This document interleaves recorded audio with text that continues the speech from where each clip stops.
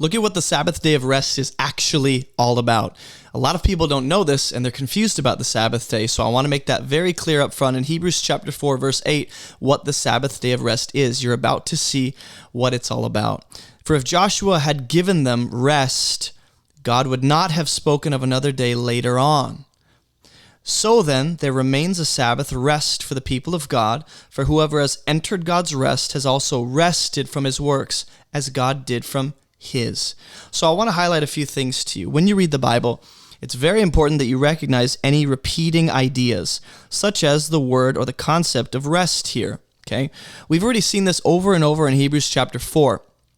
The last thing that was said, okay, my first tip to you is recognize repeating words and ideas. My second tip to you when you study the Bible is make sure you plug whatever you're reading into its context. That means understand what comes before it, the main points that were put up front before this verse, and the main ideas that come after it, right? And so verse 8 connects to the idea of not hardening one's heart after you hear God's voice. The author of Hebrews in chapter 4 has already given us two categories of people. Those who harden their hearts are rebellious and have unbelief, and they don't enter God's rest. And those who do believe after hearing God's voice and enter into God's rest. Those are the two categories of people. You believe or you don't. You enter God's rest or you don't. But both are responsible for hearing God's voice. Now, with that up front, we get to verse 8. For. This word for just lets us know, let me continue my point, or let me elaborate or expand upon what I'm saying. Sometimes it can indicate proof or evidence of what he's just said. So in some way, verse 8 and what comes after is going to connect to what he's already just said after quoting David in Psalm 95. If Joshua had given them rest, God would not have spoken of another day later on. So, what we have here is a conditional statement, which the underlying assumption is that Joshua has not given rest, even after going to the promised land. That was not the rest, the totality of rest that God intended for humanity, right? If it was, God would not have spoken of another day. We've already seen the word day used quite a bit in chapter 4. We've talked about, and I'll bring you back, okay, just for remembering what it is that he's talked about. A few verses earlier, he talked about how God talks about the seventh day in this way. God rested on the seventh day from all his works. So we've already seen the idea of a specific, holy, set-apart day that is all about rest, and is it's really imitating God's ways, who actually rested from the work of creation in Genesis on the seventh day. So with those ideas at the front of our brains, we go back to verse 8 and 9, and we have to ask, why does Joshua come up? That's just a question I have initially. When you read the Bible, ask questions. So I might ask, why bring up Joshua? There's so many things that happen with Joshua that he could have emphasized and focused on, but he's focusing on what Joshua actually didn't do, not what Joshua did do. Joshua didn't give rest in the full, way that God intended for humanity. That's why there's another day later on after Joshua, meaning the kind of rest that we see symbolically represented in Genesis when God rests from his work of creation, that's an example that actually points mainly to a later day of rest, not the people of God entering the promised land only. That's a smaller example, but the greater thing that's pointed to is something later. So, verse 9 says, so then, which tells me this is a conclusion, right? When you see this kind of phrase in the Bible, it's something being concluded or something that is true. Because verse 8 is true, then there remains a Sabbath rest for the people of God, right? That's the conclusion. Joshua didn't give them the kind of rest God truly wanted for humanity, which is why there's another day of rest coming. And the conclusion, based off that, is that there's actually a remaining Sabbath rest for the people of God. So what we need to see is that this word for tells us who the rest actually goes to? Who gets to go into that rest? Well, the people of God. And he's already told us who gets to enter into this rest. In a general sense, you could say the people of God. But in a more specific sense, if you want to get more particular, those who believe, those who trust, those who take God at his word. Now you're going to see the word "for" again. For whoever has entered God's rest has also rested from his works, as God did from his. This word "as" means there's a similarity being drawn or an example being set forth. Just like God rested from his works, right? Whoever enters God's rest also rests from his works. So my question is, well, what are these works, right? Ask questions when you read the Bible.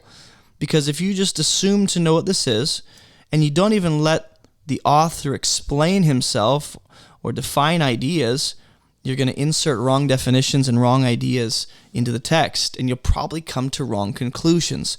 So far, the Sabbath day of rest is more about resting from works, because God in Genesis rested from his work of creation, which is why the Sabbath day is holy, sanctified, set apart, because God does something uniquely different on that day, and he rests because he's finished, right?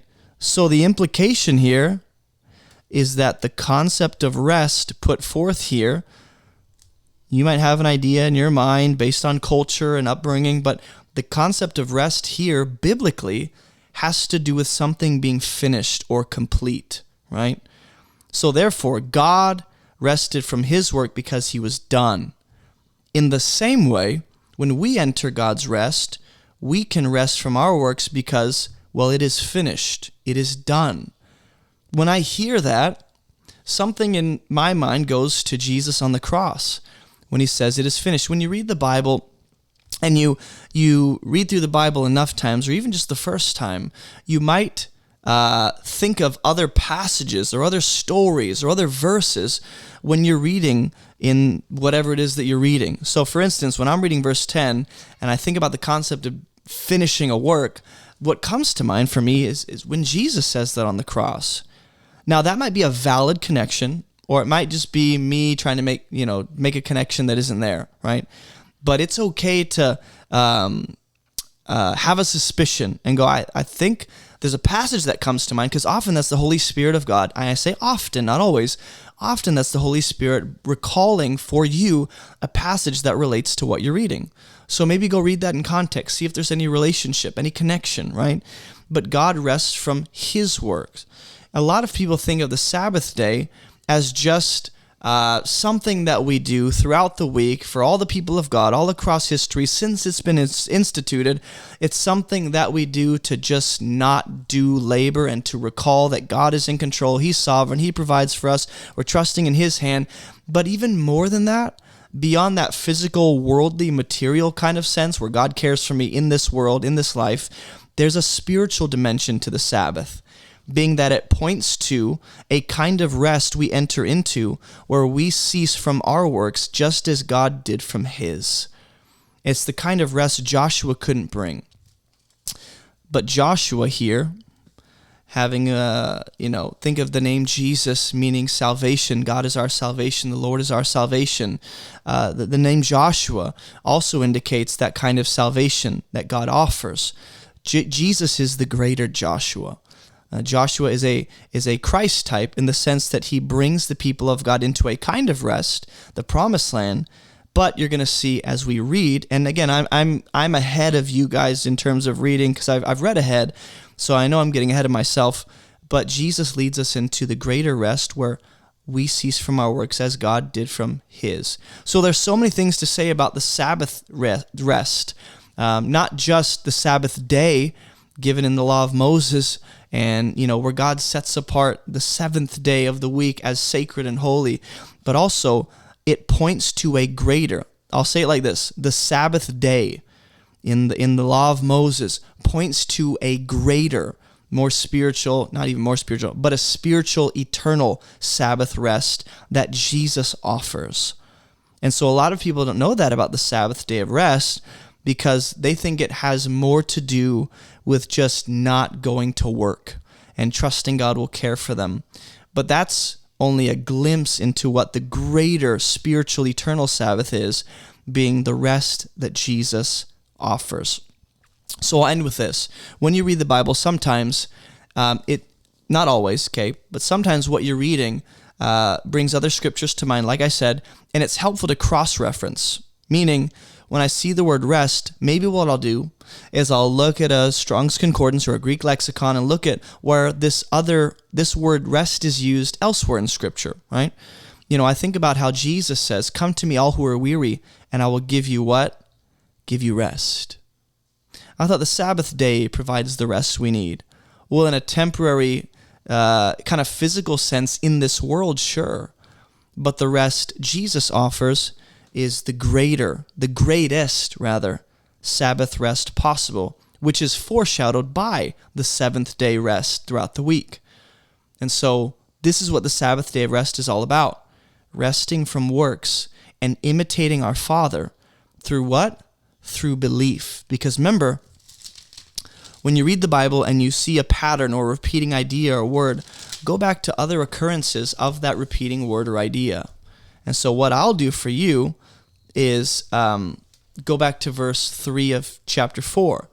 We who have believed enter that rest. Unbelief keeps you out of God's rest, which very simply the rest of God refers to his eternal life, friendship with God, fellowship with God, eternity with God, being in his kingdom and family, right? Unbelief keeps you out. Belief is the way you enter into that rest. Since I know that the kind of rest referred to here is only possible through faith. But if you harden your hearts in unbelief after hearing his voice, you miss out on the rest that God is offering you, where you can cease or rest from your works, just as God did from his. I hope this Bible study was helpful. Let me know your thoughts in the comments. Be nice. If you didn't already know, we have a completely free 40-day Bible study program. We have a 27-day program, an 11-day program. It's free, it's online, it's self-paced, and you know what? It's linked in the description below. So if you struggle reading the Bible, you're frustrated, you're confused, you don't know where to start, you get overwhelmed, you can't pay attention, that program is going to help you. I encourage you to take that. Again, it's free, and it's linked in the description below. Go check that out, and I'll see you guys in the next Bible study walkthrough.